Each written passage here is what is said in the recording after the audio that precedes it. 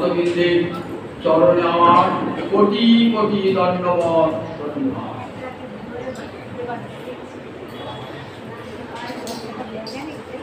প্রবোধানন্দ সরস্বতী, তার প্রথমে নাম ছিল প্রকাশানন্দ সরস্বতী। মহাপ্রভুর কৃপা ধন্য হয়ে একটা গ্রন্থ রচনা করেছেন গৌরহরি বন্দনা। তার নাম শ্রী চৈতন্য চন্দ্রামৃতম, সবটাই সংস্কৃত ভাষায়।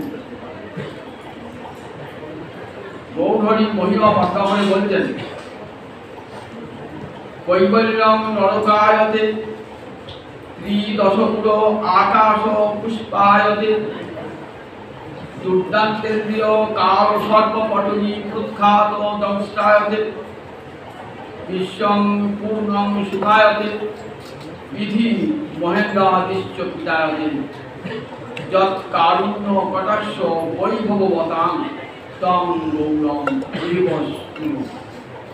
তং গৌরং, সেই গৌরহরিকে বয়ং মানে আমরা স্তব করি। সেই গৌরহরিকে আমরা স্তব করি। কোন গৌরহরি? যৎ কারুণ্য কটাক্ষ বৈভবতাং। বৈভব মানে কি? ঐশ্বর্য, ধন, তাকে বৈভব বলে। যৎ কারুণ্য কটাক্ষ, গৌরহরি একবার যদি কৃপা কটাক্ষ কোনো ভক্তের দিকে পড়ে, বলছে সেটা এত বড় বৈভব, এত বড় সম্পদ, তার কৃপা দৃষ্টিটা এত বড় সম্পদ যে কৈবল্যং নরকায়তে। সেই ভক্তকে জিজ্ঞাসা, আচ্ছা যে একবার যার উপরে একবার গৌরহরি করুণা দৃষ্টি পড়েছে, তাকে যদি বলে কেউ, আচ্ছা তুমি কৈবল্য মুক্তি নেবে, কৈবল্য মুক্তি, কৈবল্য মুক্তিটা কি? না কেবল হয়ে যাওয়া, অর্থাৎ জীবাত্মা পরমাত্মার সঙ্গে মিশে একাকার হয়ে যায়। একে শাস্ত্রে কৈবল্য মুক্তি বলে। যারা যোগী তারা এই কৈবল্য মুক্তি প্রার্থনা করে। হাজার হাজার বৎসর ধরে যোগ সাধনা করে যোগী এই কৈবল্য মুক্তি লাভ করে। বুঝুন একবার, কৈবল্য মুক্তিটা সোজা নয়, কিন্তু গৌরহরির কৃপা দৃষ্টি যে পেয়েছে, তাকে যদি বলা তোমার কিছুই করতে হবে না, কৈবল্য মুক্তি, বলে না না আমার কৈবল্য মুক্তি চাই না। তাহলে কৈবল্য মুক্তির চেয়েও পরম সম্পদ আমার গৌরহরির কৃপা দৃষ্টি। ত্রিদশপুর আকাশ পুষ্পায়তে, ত্রিদশ মানে দেবতা, তিনটে দশা যাদের, তাকে বলে ত্রিদশ। ত্রিদশ মানে যাদের তিনটে দশা। তিনটে দশা মানে বাল্য, কৈশোর, যৌবন। এই তিনটে দশা কাদের? দেবতাদের। তার প্রৌঢ় হয় না, বৃদ্ধ হয় না, মৃত্যুর বিধরে পড়ে না, তাই তাদের বাল্য, কৈশোর, যৌবন, এই তিনটে দশা আছে বলে দেবতাদের আমরা কি বলি? ত্রিদশ। ত্রিদশ পুরো, পুরো মানে যেখানে বাস করে দেবতা, যেখানে বাস করে স্বর্গ।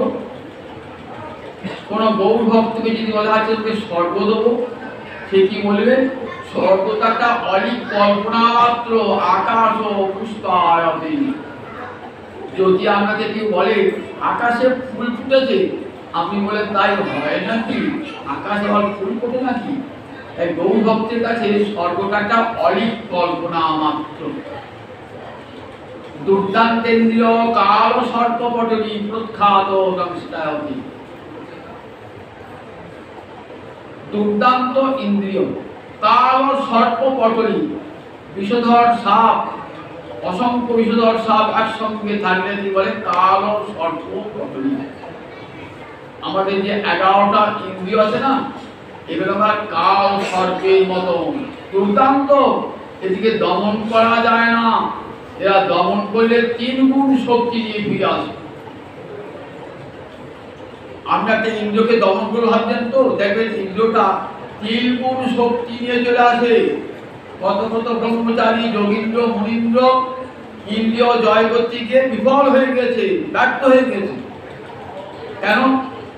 ইন্দ্রিয়ের এমন প্রবল শক্তি যে কত মুনি ঋষিকে পর্যন্ত তার ধ্যান তলিয়ে দিতে পারে, তার উপাসনা তলিয়ে দিতে পারে, এমন শক্তি। তাই যদি দুর্দান্ত দমন করা যায়, কিন্তু অতি কষ্টেই দমন করতে হয়।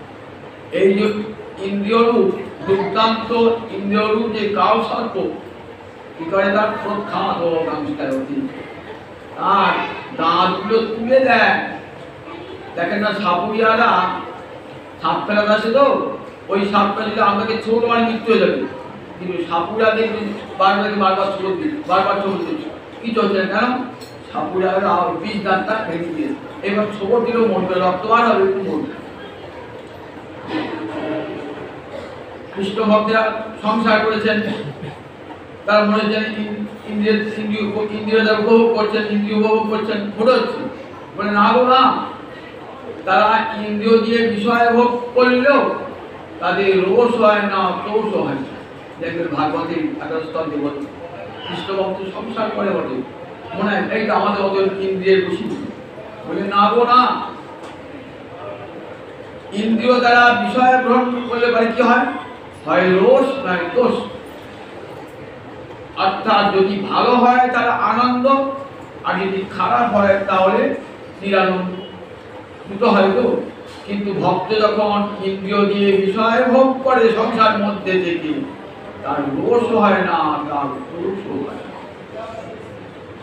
তারা জানেন বলে সংসারে থাকতে গেলে, এই সমস্ত বিষয় ভোগ করতে গেলে এমন করে বিষয় ভোগ করবো অনাসক্ত হয়ে গোবিন্দ চরণে সমস্ত মনটাকে করে দিয়ে, তাহলে ইন্দ্রিয়গুলো সব কৃষ্ণ ভক্তির দিকে অগ্রসর।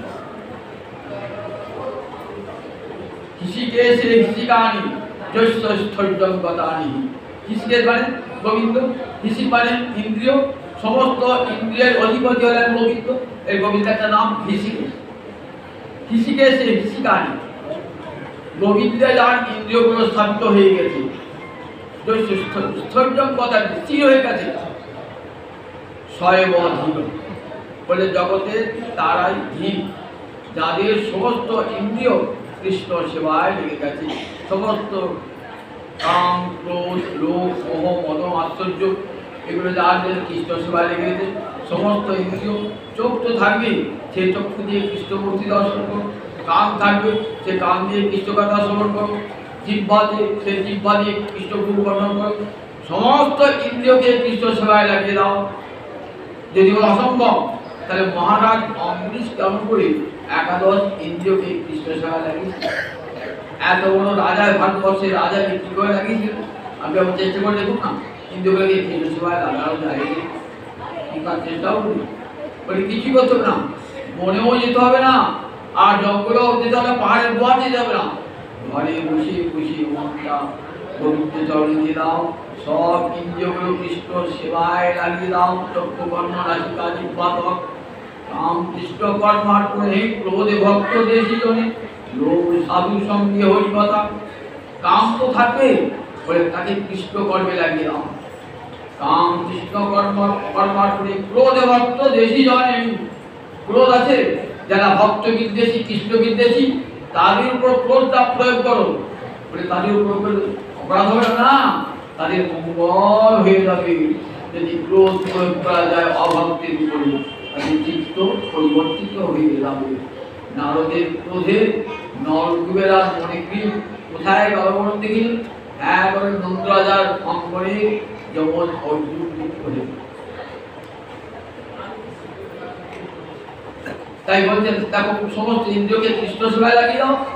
কৃষ্ণ সেবায় লাগিয়ে দিলে পারে সেই ইন্দ্রিয় মঙ্গল সাধন করবে। তাই বলতেন কৃষ্ণ ভক্ত সংসারে থাকেন, গৌর ভক্ত সংসারে থাকেন, কিন্তু ইন্দ্রিয় যে বিষয় ভোগ করেন না, তারা গোবিন্দ বিষয় ভোগ করে। দুষ্টান্ত ইন্দ্রিয় কাল সব কটলি প্রখ্যাত দংষ্টায় হচ্ছে, দংষ্টমের দামগুলো তুলে প্রখ্যাত একবারে উৎখাত তুলে দেয়, আর ভোগের বাসনা তাদের থাকে না। রাজর্ষি ভরত মহারাজ অম্বরীশ, দেখুন জীবন দেখুন না, অত যেত না। রঘুনাথ দাস গোস্বামী, রূপ সনাতন দেখুন না, কত বিষয়ের ভোগের মধ্যে ছিলেন, কিন্তু মন তাদের পবিত্র চরণ আর উঠে। বিশ্বং পূর্ণং সুখায়তে, তাদের কাছে বিশ্বটা সুখের সঙ্গে। বলে কোথায় দুঃখ? সর্বত্র তারা গৌরহরি গৌর ভক্তকে দর্শন করে। বলে দুঃখ বলে কিছু নাই, গৌরহরি জগতে সর্বত্র সুখ বিরাজমান। বিশ্বং পূর্ণং সুখায়তে, ভক্তের দৃষ্টিতে কোথাও দুঃখ নেই।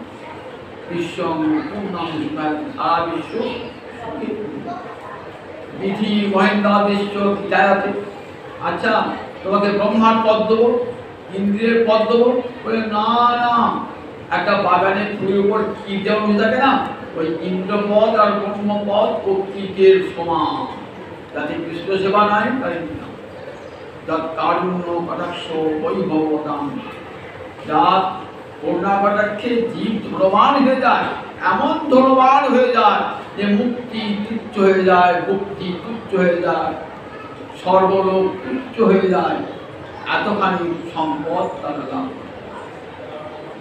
সেই গৌরহরি ধরাতলে অবতীর্ণ হয়েছেন কি জন্যে? গোলকের ঠাকুর ভূলোকে এলেন।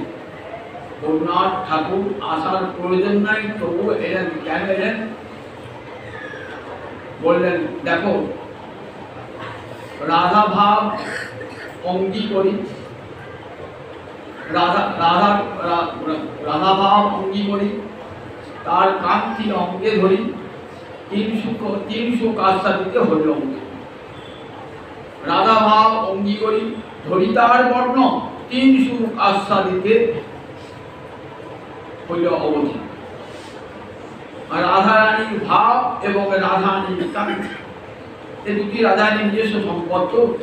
রাধারানীর ভাব এবং রাধারানীর কান্তি অঙ্গীকার করে কৃষ্ণচন্দ্র গৌরদেব। কৃষ্ণচন্দ্র হয়তো আপনারা বলবেন, আচ্ছা এটা হয় নাকি একজনের ভাব আর একজন গ্রহণ করতে পারে? রামের অন্তরের ভাব শ্যাম গ্রহণ করতে পারে, রামের অঙ্গের কান্তি শ্যাম গ্রহণ করতে পারে? বলে আমরা যে কথাগুলো বলছেন সামঞ্জস্য আছে কথাগুলো। রাধা ভাব অঙ্গী করি, ধরি তার বর্ণ, রাধানী ভাবকে স্বীকার করে, রাধানী কান্তিকে গ্রহণ করে তিন সুখ আস্বাদিতে হব।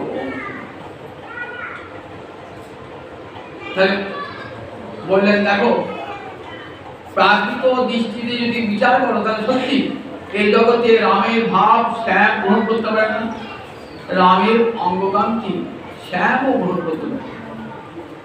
শ্যাম কালো আছে আর রাম ফর্সা আছে, রামের রংটাকে শ্যাম দিতে পারে, শ্যামের রংটাকে রাম দিতে পারে, দিতে পারে না।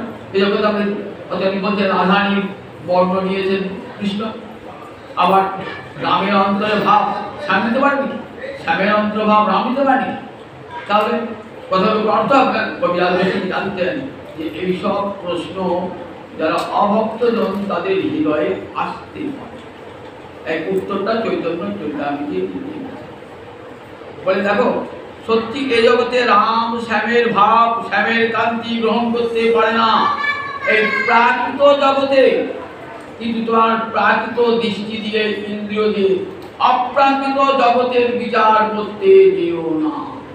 প্রাকৃত জগৎ মানে যা প্রকৃতি নিয়ন্ত্রিত, আমরা সবাই কিন্তু প্রকৃতি নিয়ন্ত্রিত।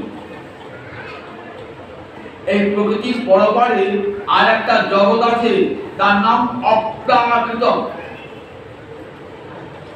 এই প্রাকৃত দৃষ্টি দিয়ে অপ্রাকৃত তত্ত্ব বিচার করা যাবে। বলে দেখো, রাধা আর কৃষ্ণ এ দুটো কে আগে বিচার করো?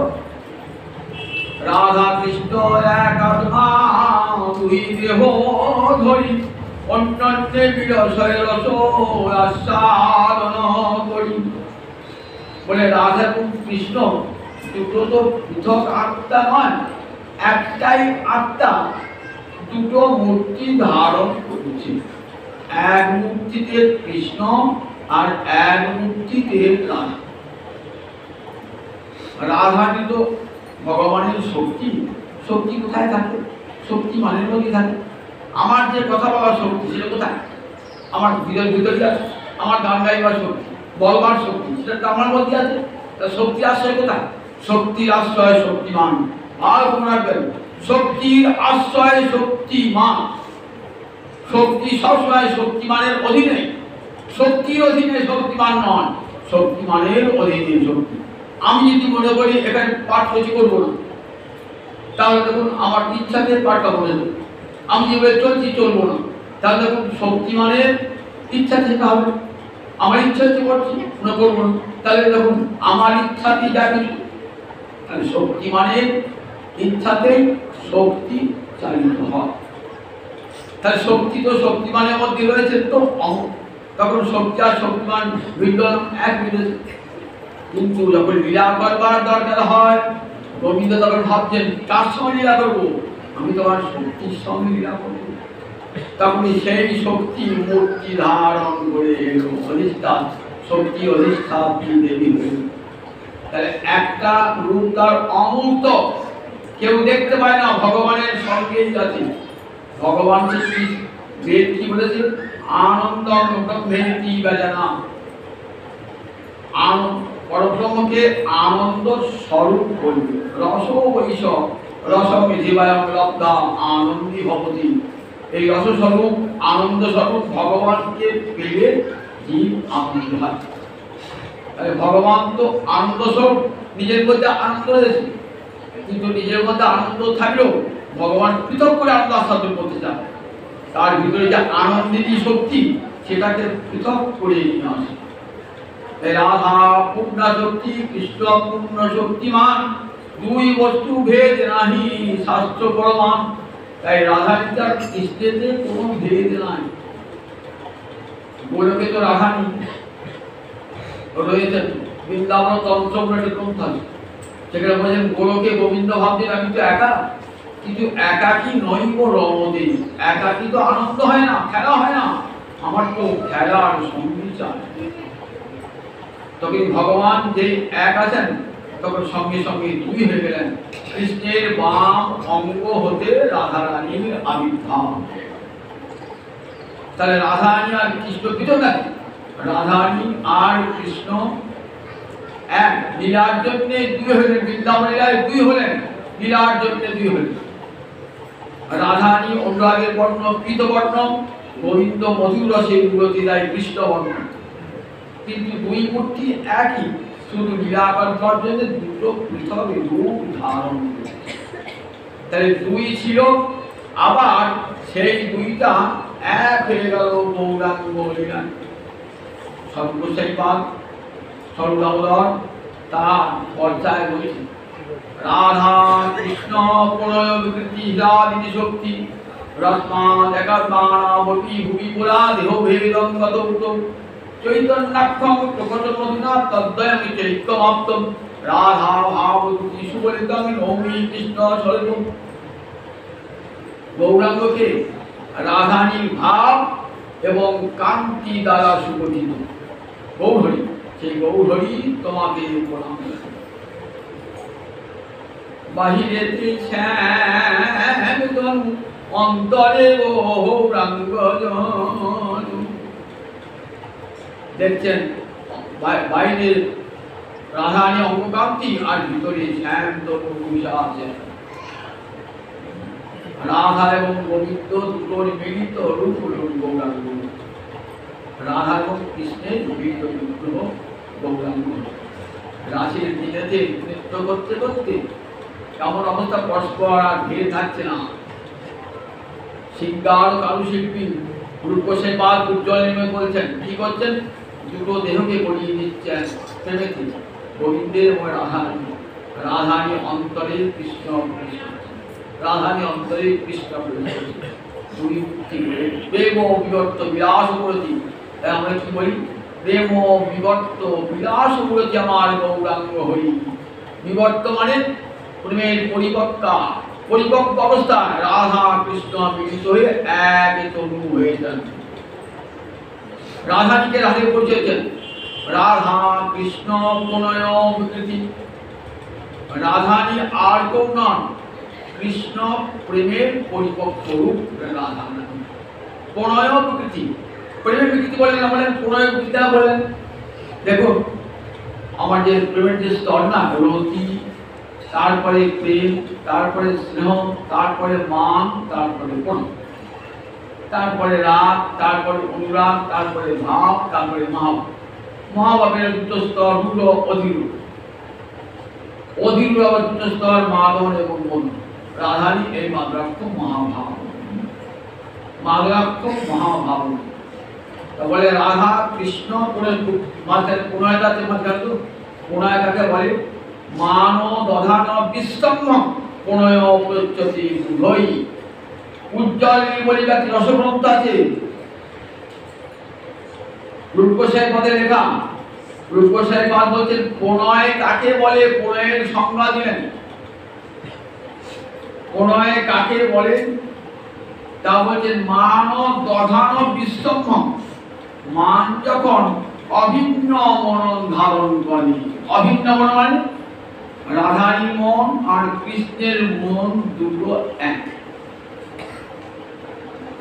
অভিন্ন বললেন মান দধান বিস্তম্ভ প্রণয় প্রচ্যতি বুঝে। তাকে বুঝেরা জ্ঞানীজনেরা কি বলেন? তাকে বলেন রাধারী সেই কৃষ্ণ প্রণয়ের বিকার। অর্থাৎ প্রিয়জনেন সহ অভিন্ন মননম। শিল্পশেখা টিকায় লিখছেন প্রিয়জনেন সহ অভিন্ন মননম। বিশ্বম্ভ মানে প্রিয়জনের সঙ্গে অভিন্ন মনন। রাধারী হবেন তার দেহ, ইন্দ্রিয়, প্রাণ, মন, বুদ্ধি। আর গোবিন্দের ইন্দ্রিয়, দেহ, মন, প্রাণ, বুদ্ধি এমনকি পোশাক পরিচ্ছদ এক বলে হবে রাধারী। এই ঐক্য হব না, এই ঐক্য হওয়ার নাম কি? রাধা কৃষ্ণ প্রণয় পরিপক্ক ধারণ করে মুক্তি ধারণ করেছে। রাধা কৃষ্ণ হীরাদি শক্তি। আবার এই রাধাকে কি বলা হয়? হীরাদি মানে আনন্দ দায়িনী শক্তি। রাধিকা হয়েন কৃষ্ণের প্রণয় বিকার। রাধিকা হয়েন কৃষ্ণের প্রণয় বিকার। স্বরূপ শক্তি, চিৎ শক্তি নাম ও যাহার। এই শক্তিকে আবার কি বলা হয়? স্বরূপ শক্তি, আবার চিৎ শক্তি বলা হয়। এই চিৎ শক্তির তিনটে রূপ রয়েছে। কি কি? সন্দেহী, সম্বিত, রাধে। একই চিৎ শক্তি তার ঘরে তিনটে রূপ ধারণ করেছে। কি কি রূপ ধারণ করেছেন? তিনটে রূপ। তারপরে সন্দেহী শক্তি, সম্বিত শক্তি আর রাধে শক্তি। সন্দেহী মানে যে সত্তা ভগবানকে ধরে আছেন, আবার যে সত্তার দ্বারা ভগবান জগৎকে ধরে আছেন, তারই নাম সন্দেহী শক্তি। চিৎ শক্তি মানে সম্বিত শক্তি, যার দ্বারা ভগবান নিজেকে জানেন, অপরকে জানা, তাকে বলে সম্বিত শক্তি। আর হীরাদিনী বলে হীরাদি শক্তি, যার দ্বারা ভগবান নিজানন্দ পান, জগৎকে আনন্দ দান করেন, তার নাম হীরাদিনী। হীরাদিনী মানে আনন্দ দানী শক্তি প্রভৃতি। তাহলে চিৎ শক্তির তিনটে রূপ, সন্দেহী, সম্বিত, হীরাদি। সন্দেহী কোথায় পায়? বলে দেখো সন্দেহীর সারাংশ শুদ্ধ সত্য নাম। ভগবানের সত্তা হয় তাহাতে বিশ্রাম। মাতা পিতা স্থান গৃহ শয্যাসন আর এসব অকৃষ্ণের শুদ্ধ সত্যের অধিকার। সন্দেহী মানে শুদ্ধ সত্য।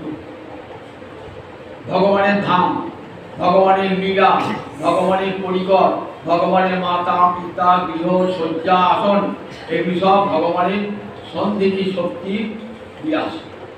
সব সন্দেহী শক্তি মূর্তি ধারণ করে এরা নন্দ যশোদা হয়েছেন, দেবকী বসুদেব হয়েছেন, মা রোহিণী হয়েছেন। আবার বৃন্দাবন ধামটাও সেই সন্দেহী শক্তি বিরাজ। বৃন্দাবনের তরুলতা, বৃন্দাবনের পশু পাখি যা দেখবেন বৃন্দাবনে সব কিন্তু এই স্বরূপ শক্তি। যে শক্তি ভগবানকে ধরে আছে, অর্থাৎ ভগবানের ধাম, ভগবান ধরে থাকি, ভগবানের ধাম ধরে থাকি, ভগবানের পিতা ধরে থাকি, ভগবানের মাতা ধরে থাকি, তাই ভগবানের সে সন্দেহী শক্তি। আবার যে শক্তির দ্বারা জগৎকে ধরে রেখেছে, জগৎ জগৎ যেমন গাছ তেমনি ভগবানের সন্দেহী শক্তির দ্বারাই সম্বিত শক্তি। সম্বিত মানে জ্ঞান শক্তি। এই জ্ঞান শক্তি প্রতিটি ভগবান সাক্ষাৎ সর্বজ্ঞ সর্ববিদ।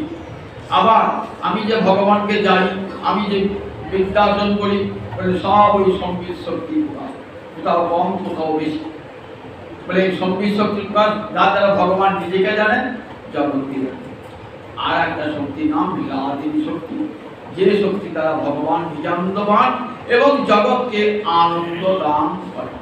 রাধানী হলেন সেই হীরাদিনী শক্তি মূর্তি। এই হীরাদিনী শক্তির মূর্তি তিন প্রকার। কৃষ্ণ যেমন, কৃষ্ণ ভগবান স্বয়ং, কৃষ্ণ যেমন স্বয়ং ভগবান, তাহলে জগতে সব অবতারে আবির্ভাব। মৎস্য কুর্মণি সিংহ বরালি সব যত অবতার আছে না, সব অবতার গোবিন্দের কেউ অংশ, কেউ আর কলা। গোবিন্দের উপরে আর কেউ নাই। জগতে যত অবতার দেখবেন সব কিন্তু রাম সিংহ কুর্ম বরাহ যত অবতার আছে সব কেউ গোবিন্দের অংশ, কেউ আর। এতে আমি সকাল পুরুষ কৃষ্ণ ভগবান স্বয়ং কে বলছেন, হরিদ্বারে ব্রহ্মকুণ্ডের তীরে ঋষিদের সভায় বলছেন সুখদেব, এতে আমি সকাল পুরুষ কৃষ্ণ ভগবান স্বয়ং। সেটা আবার শুধু গোসাই পাল নৈমিষারণ্যে ৬০,০০০ শ্রীমালি। এই যে অবতারদের কথা বললাম, ভাগবতে কত প্রায় ২২টি অবতারের কথা বললাম, বলার পর বলছেন এই যে অবতারগুলি নাম করলাম না, এরা কেউ অংশ, কেউ আর অংশ অংশ কলা, কিন্তু কৃষ্ণ হলেন স্বয়ং ভগবান। অর্থাৎ কৃষ্ণ হতে অন্য সমস্ত অবতারের আবির্ভাব। আমি মন্দির আমাদের কবিরাজ গোস্বামী একটা সুন্দর উদাহরণ দিয়েছেন।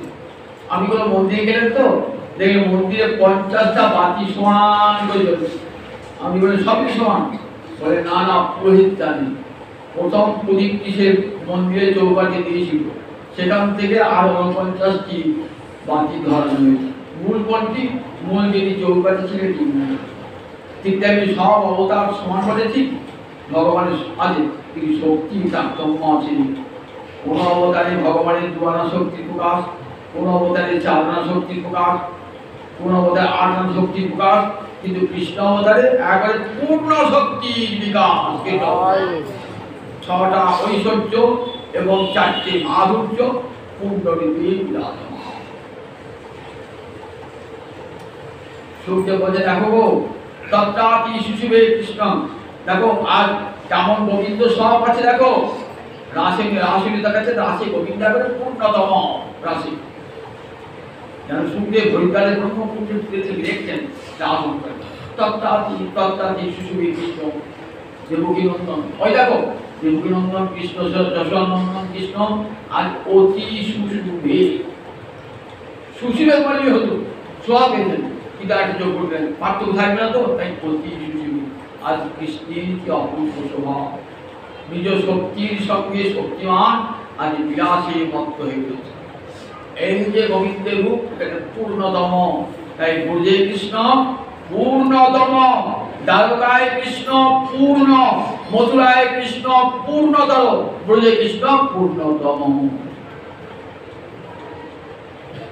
তাই কৃষ্ণকে বলা হয় সব অবতারের অংশী। অংশী মানে যা হতে সব অংশের আবির্ভাব হয়।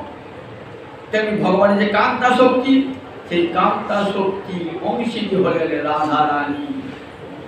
রাধারানী রাধারানী হতে সব কান্তা গণের দৃষ্টান্ত কবিরাজ গোস্বামী পাল বলছেন। এক রাধারানী ৩ রূপে রয়েছেন। কোথায় রয়েছেন? রয়েছেন বৈকুণ্ঠে লক্ষ্মী রূপে রয়েছেন, দ্বারকায় মহিষী রূপে, আবার ব্রজে গোপী রূপে। এক রাধারানী ৩ মূর্তিতে সেবা করছেন গোবিন্দকে।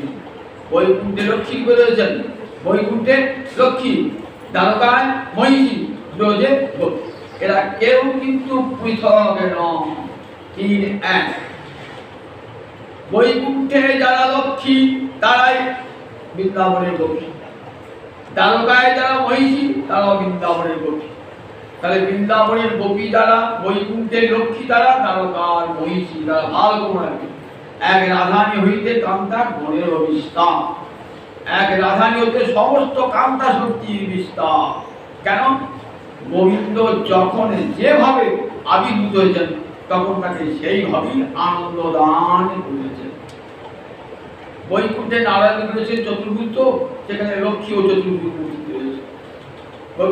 নারায়ণকে সেবা করতে নারায়ণের মনে সৃষ্টি করবার জন্য, সেখানে আবার লক্ষ্মী কোটি কোটি পরিবার সঙ্গে সহস্র লক্ষ্মী আর নারায়ণের সামনে। গোবিন্দের ইচ্ছে হলো বৃন্দাবনে আমি মুক্ত হবো, সেখানে পরকীয়া রসে লীলা করবো। ঠিক আছে, পরকীয়া আর কি হবে, আমরা সখিয়া আমরা একটু পরকীয়া হবো, চলো চলো বৃন্দাবনে চলো। বৃন্দাবনে গিয়ে গোবিন্দ এলেন, আবার বৈকুণ্ঠে লক্ষ্মীরা নেমে এলো। এবার সব সখিয়া নন, সব পরকীয়া হয়ে পরবধূ সেজে অভিনয় করছেন, পরবধূ সেজে অভিনয় করছেন। কেউ কিন্তু পরবধূ নয়, কখনো ভুল বুঝবেন না। ব্রজের গোপীগণ কেউ পরবধূ নন। কৃষ্ণ বলেছেন কৃষ্ণ বদ্ধ, বধূ শব্দের প্রথম বলেছেন বদ্ধ। সমস্ত গোপীগণ বলেন সব গোপীগণ কৃষ্ণেরই বধূ তারা। আজ পরকীয়া রসে লীলা করবে গোবিন্দ, তাই তার নিজ বধূগণ আজ পরবধূ সেজেছেন। রাজাটা ভালো করে বলবেন, দেখুন শেষ করে সুখদেব সুন্দর কাছে কে বললে পরবধূ, কেউ পরবধূ নয়। পরবধূ পরদার বিনোদন না না না, পরদার বিনোদন নয়। বলেন স্বয়ং গোবিন্দের আদি শক্তি রাধারানী আজ অনন্তানন্ত এসেছেন, তাদের সঙ্গে গোবিন্দ আজ অপূর্ব রসে এখানে আজ কত প্রেমের বৈচিত্র্য। গোবিন্দ রসরাজ তো রসের বৈচিত্র্য আস্বাদন করবেন। আমি রোজ দুধ খান তো, রোজ দুধ খাচ্ছেন ছানা ফিরে যাবে, একটু দই করি, মনে হয় না রসের বৈচিত্র্য আস্বাদন গোবিন্দের ইচ্ছা দেয়। রোজই দুধ খাবো নাকি, রসের পরিপাটি করি, ছানা ঘি খেতে সবাই ইচ্ছা আছে। গোবিন্দের ইচ্ছা হলো যে গোলকে তো বৈকুণ্ঠে তো লক্ষ্মী রয়েছেন, একবার দেখি আমার বিরহে রাধানী কেমন করে কাঁদে, একবার আমাকে দেখবার জন্যে, আমাকে দেখবার জন্যে ব্রজগোপীরা কেমন রাধানী কেমন করে উকি ঝুঁকি মারে, লুকিয়ে লুকিয়ে থাকে, এটা দেখতে ইচ্ছে হলো। কেমন করে পূর্বরাগ হয়, এগুলো তো পূর্বরাগ গোলকে বৈকুণ্ঠ পূর্বরাগ নাই, সেই পূর্বরাগ এখানে হলো। এই যে রসবৈচিত্র্য আস্বাদন করার জন্য রাধানী যিনি গোলকলক্ষ্মী, তিনি হয়ে এলেন এখানে পরবর্তী। রাম অবতারে সীতার প্রেম দেখেছিলেন, গোবিন্দ রামচন্দ্র অন্তরে খুব আনন্দ আস্বাদন করেছিলেন, কিন্তু অন্তরে সাধ হয়েছিল ওই সীতাদেব তো মান দেখতে পাই না, সীতাদেব তো পূর্বরাগ নাই, সীতাদেব তো কলাঙ্কিত হয় না, সীতাদেব তো অভিসার করেন না। বলে ঠিক আছে, তোমার বাঞ্ছা পূর্ণ করবো। কখন? কৃষ্ণ অবতারে যখন বহু বল্লভ আসবে, তখন আমিও বহু হয়েছি তোমার দর্শন। আবার ইচ্ছে হচ্ছে দ্বারকায় গারস্থ লীলা করবেন। তখন রাধাজি আবার সব 16,108 মহিষী রূপ ধারণ দ্বারকায়। এই ব্রজের গোপীগণ আবার গিয়ে দ্বারকায় গিয়ে 16,108 সেখানে গোবিন্দ ইচ্ছে হচ্ছে গারস্থ লীলা আস্বাদন করুন, গারস্থ লীলা আস্বাদন করুন। তাহলে ভগবানের যখন যে ইচ্ছা হয় কৃষ্ণকে করায় শ্যাম রসমন্দির, তখন সে আনন্দ আস্বাদন করে। এটাই রাধানী কাম, যুগে যুগে রাধানী কাম। তাই রাধানী পরিচয় দিতে বলছেন দেবী কৃষ্ণময়ী প্রক্তা রাধিকা পরদেবতা সর্বলক্ষ্মীময়ী সর্বকান্তি সম্মোহিনী করা। কবিরাজ গোসাই পাদ গৌতমীয় তন্ত্র থেকে একটা শ্লোক তুলে দেখান যে দেখো রাধানী দেবী কৃষ্ণময়ী প্রক্তা রাধিকা পরদেবতা সর্বলক্ষ্মীময়ী সর্বসম্মোহিনী কান্তি বলা। বলে রাধারানী হলেন দেবী। দেবী কাকে বলে? দেবী একটা সংজ্ঞা দিলেন, দেবী কহি প্রতমানা পরমা সুন্দরী, অথবা কৃষ্ণ পূজা পূজার বসতি নগরী।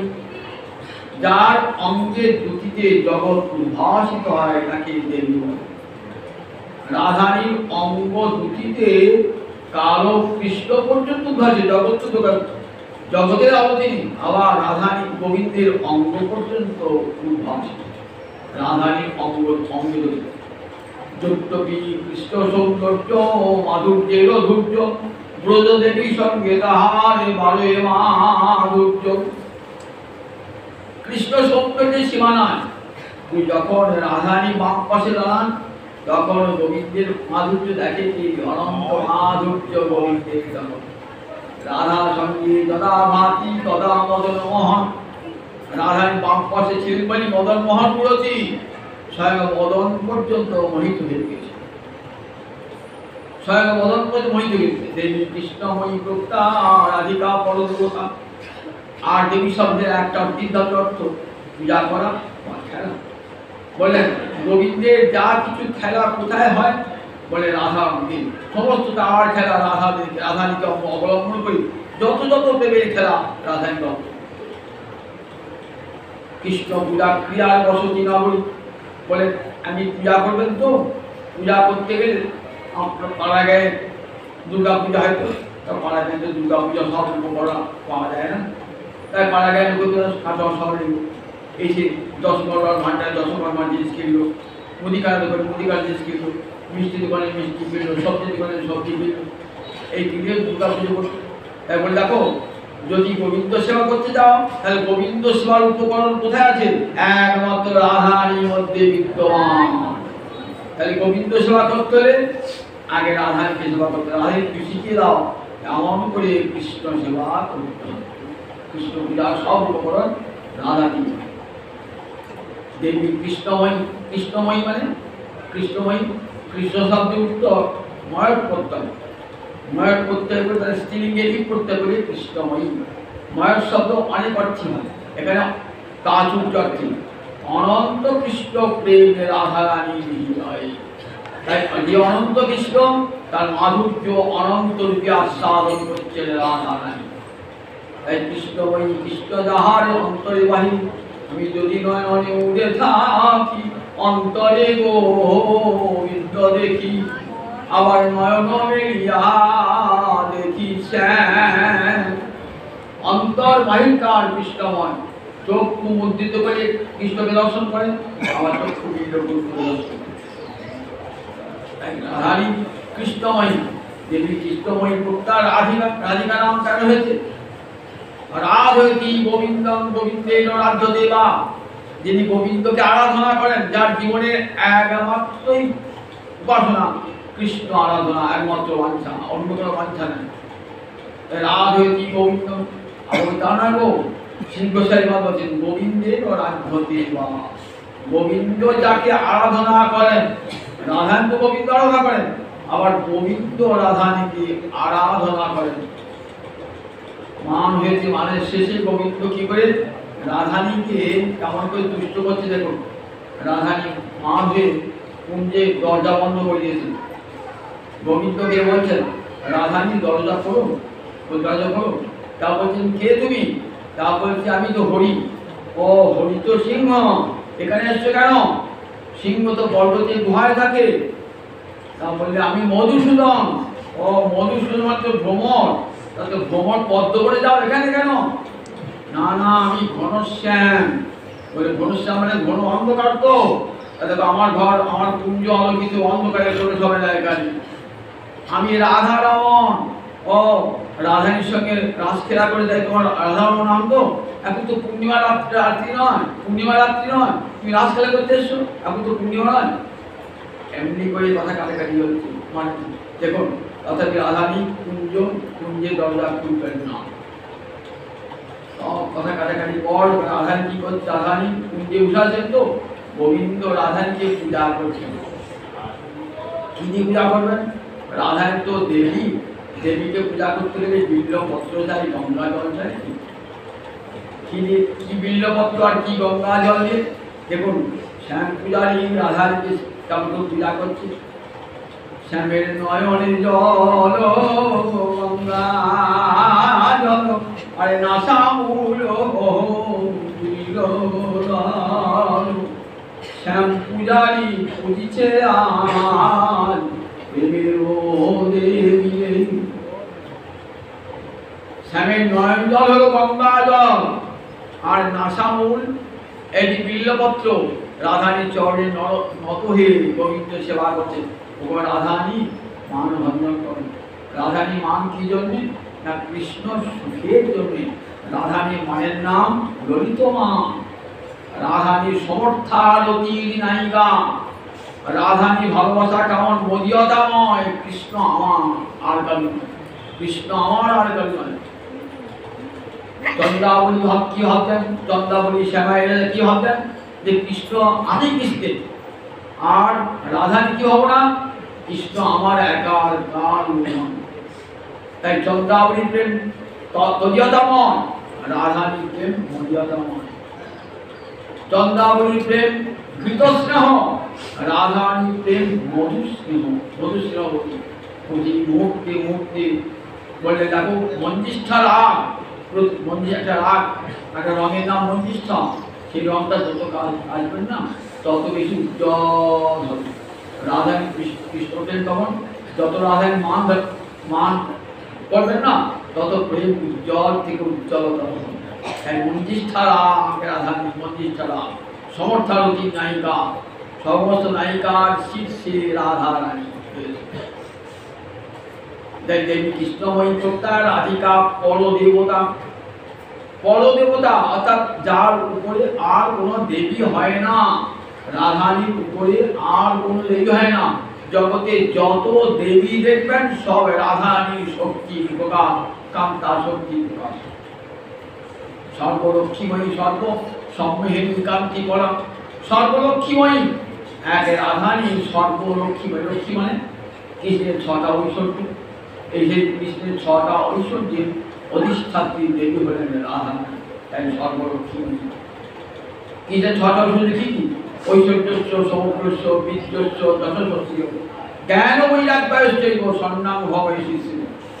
সমগ্র ঐশ্বর্য, সমগ্র যশ, সমগ্র শ্রী, সমগ্র জ্ঞান, সমগ্র বৈরাগ্য, এই যে 6টা ভগবান ঐশ্বর্য, এই ঐশ্বর্যের অধিষ্ঠাত্রী দেবী হলেন রাধা।